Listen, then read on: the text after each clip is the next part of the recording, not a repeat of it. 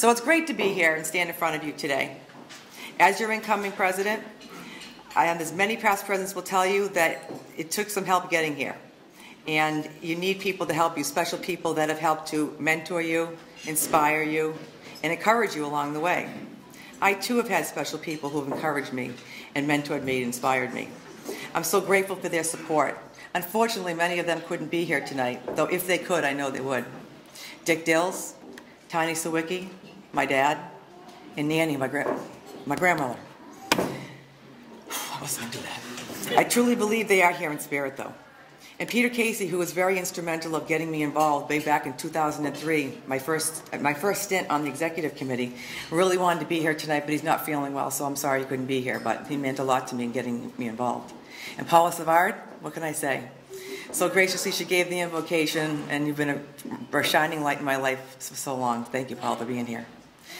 And I've also have a very fortunate opportunity to have had two very outstanding association executives who are very instrumental in my growth as a leader. Ben Scranton of REPV and Susan Klein, who was our AE at the Franklin Hampshire County Association of Realtors in the early years. Thank you, Ben and Susan, for what you've done for me. I owe you both a great deal of thanks. So Rob, where are you? You may want to talk to them ahead of time, see what you're getting yourself into. You have? Okay. Because Ben did get some pointers from Susan a couple of years ago. Okay. So, what do you think of this place? Pretty amazing, or what? Yeah? Doesn't it make you want to appreciate how far we've come, how much we've evolved and grown and changed as a society and as an association and as an industry? Our profession, our association, and our individual real estate businesses continue to be affected by change. Especially in the last 10 to 20 years, we've seen and experienced significant changes. Let's face it, change is inevitable, and we need to embrace change. We've come a long way in organized real estate. We have an incredible history to be proud of, and I'm a firm believer that we need to understand the past to appreciate where we are today, to be able to move on into the future. Now, I'd like to take you on a journey that will take you through the brief history of organized real estate, the changes that we've been through, and the game changers, the ones that have shaped us into who we are today. For those of you who've been here for a long time and been a realtor for a long time, for the most part, this is going to be a walk down memory lane. But for those of you new to the business and guests, I hope you will find this informative and entertaining, because I know I'm the only thing between you and dinner. So, let's take a journey through the world of real estate into the future by way of the past. Caleb, has anyone seen my...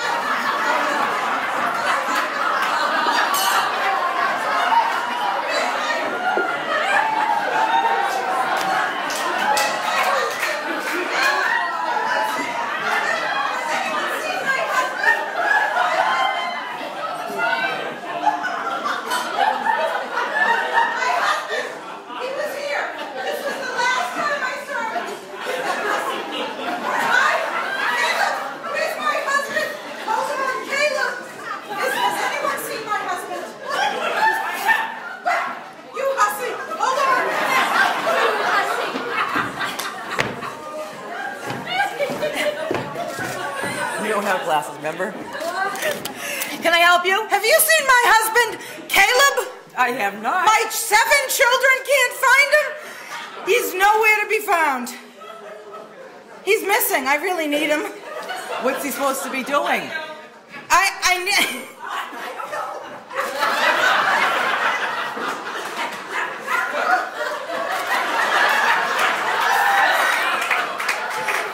I need my husband. He's supposed to call the sale of the old Abbott estate. What do you mean, call the sale?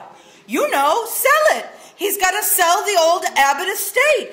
All the townspeople back in, where do I live? Sturbridge. It's a little hot. All the townspeople in Sturbridge, they're causing quite a ruckus, and I think they're going to get me stoned. I mean, they're going to stone me if I don't find my husband. Well, why don't you call the sale? They didn't do that back then. Stop that. Me? Call the sale? Why? I'm a woman. Don't I look like one? I'm a woman and a very attractive one, I might add at that. You in that hussy outfit. I'm clearly more appropriately dressed for this venue. Excuse me 1 second. What is that? Hello? I can't call the Salem a woman. Hello? Excuse me, are you Isel Holmes? I am Isel Holmes. Well, this is your, wait What? a minute, hold on. What is that? What is that? That's a phone. That's a phone? A who? A phone. It's a box. It's got Phone. It's got things on it. It talks. Is this a trick? No. This is a trick. No. Satan's work. No. Wait. What? Here, you take it, it's Doc. I think this is a trick. Hello? The sexiest woman in Sturbridge here. How may I help you? Hello? What? There's lights on this thing and it's talking to me. And this guy on the phone is saying something about me meeting him at a church. I think you better go find him. Oh. Yes, because we don't want to keep the town folk Last waiting. time my husband was missing, he was with that hussy from the gift shop. So I'm going to go find my husband so he can call the sale of the old Abbott estate. Homestead. Homestead. She's close.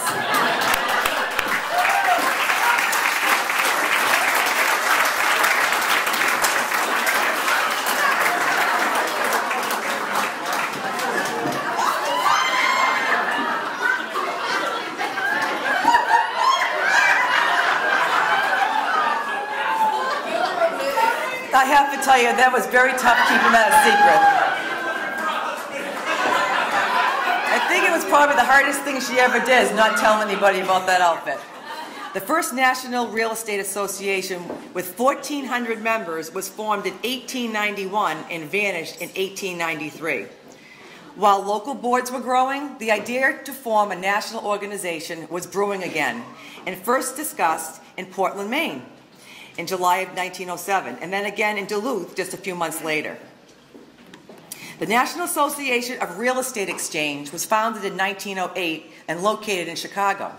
The name was changed to the National Association of Real Estate Boards in 1916. The three-way agreement between the national, the state associations, and the local associations was formed in 1911, and MER was incorporated in 1943. Here in Massachusetts, the Greater Boston Real Estate Board was founded in 1889 and just celebrated its 125th year anniversary earlier this year. And there it is up on the screen. The next oldest association is Springfield, with several mergers today covering Hamden, Hampshire, and Franklin counties became RAPV. My local association will celebrate 100 years in 2015.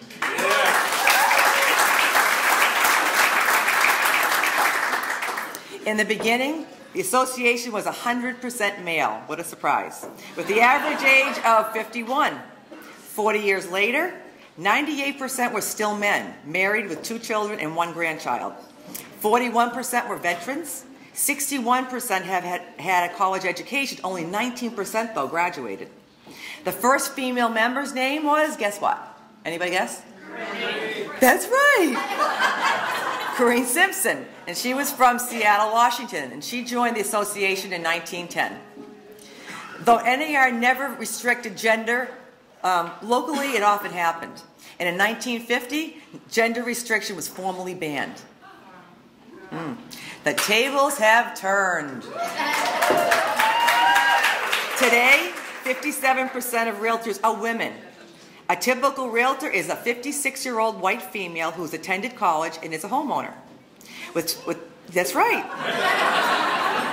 With 12 years of experience. Can't see crap. Carry on. Okay. 69% of realtors have had a website for at least 5 years. 12% reported having a real estate blog, and 61% are using social media.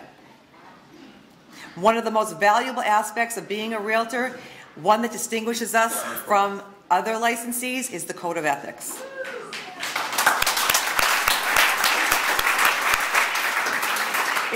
It was seen important to, as an important part of our profession since the inception of our founding members.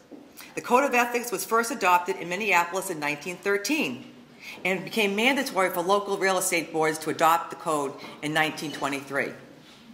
And in 2013, what did we do? We celebrated 100 years of the Code of Ethics. Yes, right. Now, as you can see from the chart, the Code of Ethics has been evolving since the inception of our association. The highlighted numbers show that of all the changes that have happened. And interestingly enough, the changes that were made annually since 1986, revisions that were necessary to keep with the changing paces of our business. Now, some interesting fun facts. In 1915, a Minneapolis member, his name was Charles Chadbourne, invented the term realtor to distinguish. Whoops. Kim? Yes. Isel? Are you here? Isel, no. To distinguish realtors who subscribe with the Code of Ethics from the dishonest real estate brokers. That's what they call them, dishonest real estate brokers. The National Association began registering the trademark term in each state and worked with the dictionary editors to define the term. Now, if you haven't looked up realtor or NAR in Wikipedia, you should. It's pretty interesting and pretty in-depth. The U.S. Patent Office granted the trademark status and the term realtors with an S in 1949 and realtor in 1951. Now, Chadbourne sold the rights of the term to the National Association for $1. NAR adopted it to its use for its members in 1916, and today, the total value of the realtor brand is just under $5 billion. Amazing. Now, pretty good return on investment, would you say? Now, while advocacy has been on the forefront of our association, NAR has made it part of its mission and recently added it to one of our core standards. Now, we've really come a long way. So today, we have full-time lobbyists on the national, state level. We have 70 full-time NAR staff that include both government affairs and community political and affairs divisions, community and political affairs divisions. We have government affairs committee on the national, state, and local levels. We have government affairs directors. We have the FPC program, federal political coordinators, who are realtors who work directly with members of Congress. We have calls to action where you press a button, and I'm sure you all do this, you press a button and that letter goes right off to a member of Congress. We have voter registration initiatives and community and political affairs training opportunities.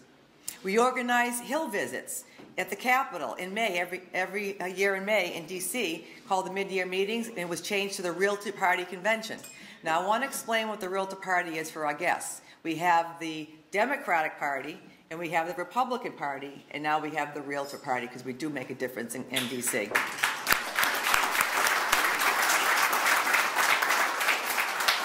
In Massachusetts, in addition to the similar NAR initiatives, we have the SPC program for the state senators and state representatives. Locally, we have town monitors. And we've been doing Realtor Day on the Hill on Beacon Hill since June of 1986. The event was named after Margaret Carlson, who was MAR's first female president in 1981. Now, the power of R has grown over the years. Steve Brown, our 2014 NAR president, empowered all of us to spread the word of realtors' hard work and passion and dedication in advocating for the American dream. The Real Estate Political Action Committee was created in 1969 and became RPAC, the Realtor Political Action Committee, in 1974. We are one of the most respected PACs that lobby in Congress because we are bipartisan. We contribute to candidates that support issues that are in the best interest of homeowners and future homeowners. There is a saying that Dick Dills, who was a passionate advocate for protecting private property rights, would say, "If real estate is your profession, then politics is your business." By far, the biggest change in our profession is technology and the way we communicate with our clients and with each other. Prior to 1980, we had just a few ways to communicate: face-to-face, telephone, handwritten correspondence, and paper contracts. In the last 30 years, especially in the last 10, we have exploded with so many options with the way we communicate with our clients and each other, primarily through the emerging technologies. And so many opportunities to be more efficient, accountable, and productive while offering our clients a delivery of information and services the way they want to have it be delivered and communicate with them the way they want to be communicated with. And for all the changes we've been through, ironically enough, the most meaningful way to communicate with our clients is still face-to-face. And no modern tool will ever change that. So, where do we go from here?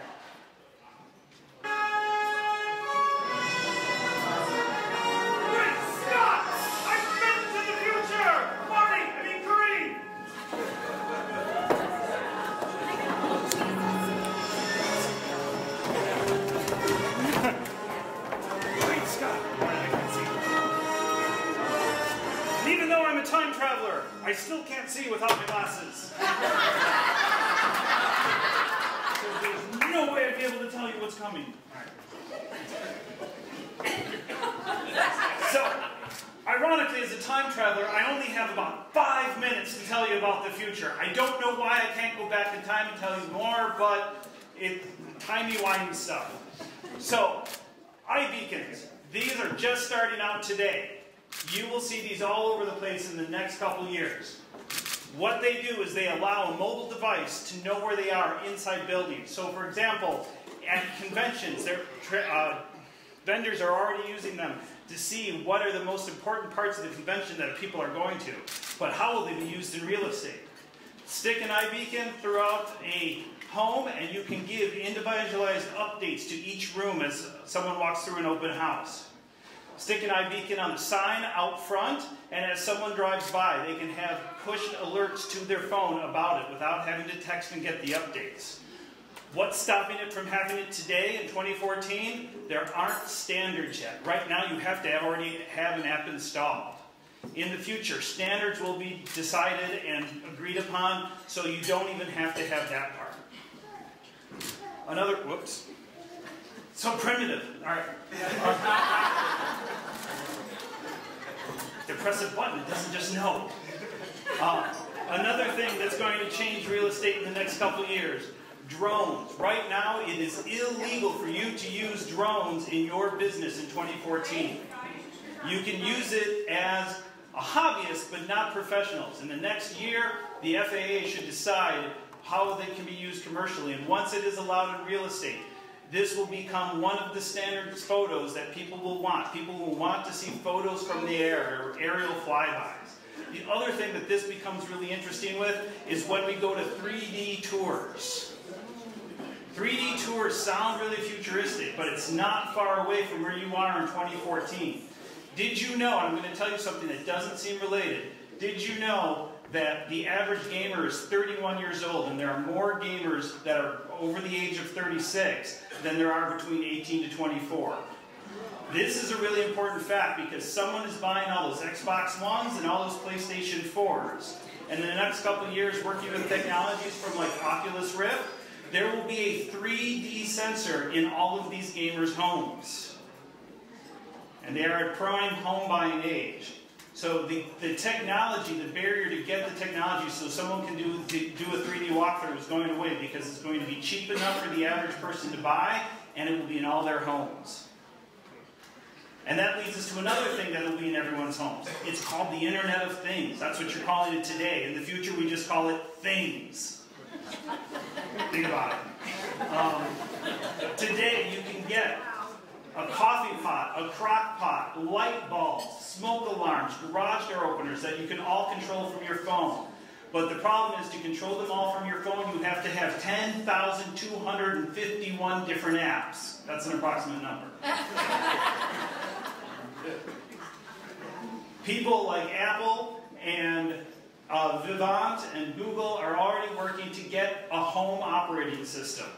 You know, NAR made a video in 1984 called The Future of Real Estate, and it talked about the year 2001, and everyone was wearing lame suits. That doesn't happen until like 2070. But there was a thing in there about the home mainframe OS, and everyone laughed about that Microsoft OS that was going to be updated in their house. Right now in 2014, we're almost there.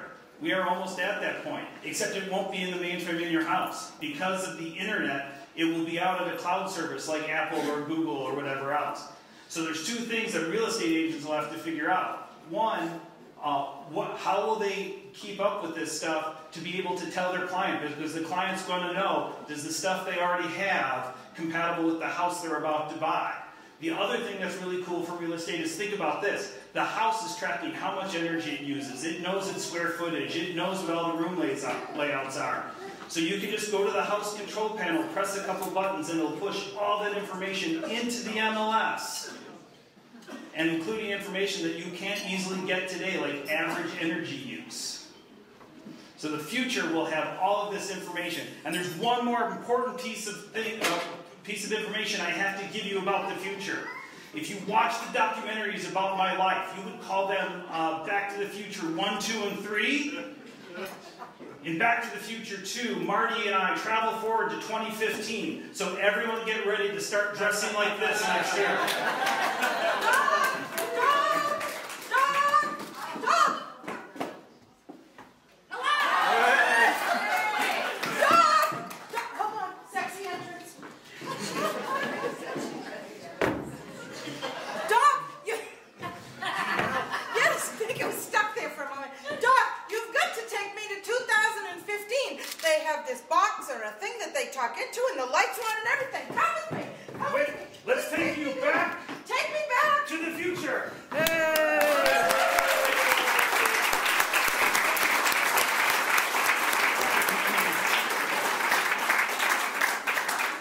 Well, I'd like to introduce to you Keith Gardner, the Vice President of Information Technologies from NAR. Came all the way from Chicago to be here.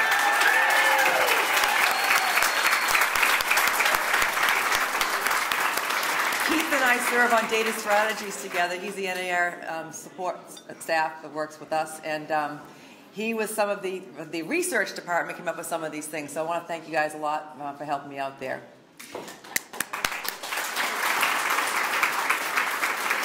And a special thanks to our own Kimberly Allen Moshe for her show-stopping performance as Isel Holmes back from 1830. Okay, so to wrap up tonight's presentation, I'd like to share with you just a few changes that our association and fellow realtors will see in the coming year and in the near future. NAR Core Standards for local and state associations was created to have the basic standards to all associations, which must foster a unified level of professionalism while enhancing the mission of our association and the quality of the image and value to the public. The 6 areas are the Code of Ethics, Advocacy, Consumer Outreach, Unified Efforts and Support for Realtor Organizations, Technology, and Financial Solvency. Realtor associations must certify compliance with the standards by June 15th of 2015 and by June 30th every subsequent year. Now, MAR has been working with the local associations to secure their compliance, and I'm very happy to report we're in really good shape to meet this goal. Now, the NAR Board of Directors, at its meeting at the convention in New Orleans, approved the drafting of a proposed aspirational code of excellence. The goal is to raise the practice of real estate measurably through increased training in the competencies that consumers value. Starting with, bless you, Shelley, starting with the change of frequency of the NAR Code of Ethics educational requirement from every 4 years to every 2 years, starting in 2016, and adding the biannual Code of Excellence education requirement, and mandating continuing updating of that training. Next, to help members strive to be proficient in data content and have an effective and efficient access to the broadest range of data available. And lastly, to develop an industry standard that would allow consumers to evaluate realtors fairly and accurately. You will be hearing more about this after the Realtor Party Conference in May. Now, here at MAR, we're in the midst of a structural audit, and we'll be requiring a great deal of our efforts in the coming year.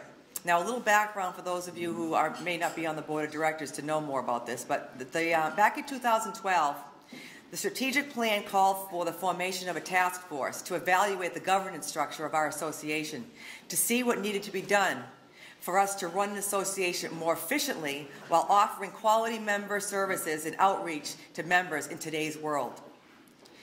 It's been decades since we've looked at our structure. The task force recently came forth with a proposed model, a model that was presented to the directors and the AEs at the regional caucuses and individual meetings and calls over the last few weeks, with the intent of gathering questions and feedback from the members and the leaders of the association. The task force is in the process of reviewing that feedback, and we anticipate hearing more from this task force in 2015. And lastly, I'd like to thank you for the opportunity to be your president in 2015. It's quite an honor, and boy, it's been a long time coming. With a long history of my involvement with this association, I understand and appreciate where we've been. And at the same time, I can embrace change when change is needed. I take this role very seriously, and I promise to represent you to the best of my ability, and will be open and available to all members. And first and foremost, I will always have the interests of this association first. Thank you very much.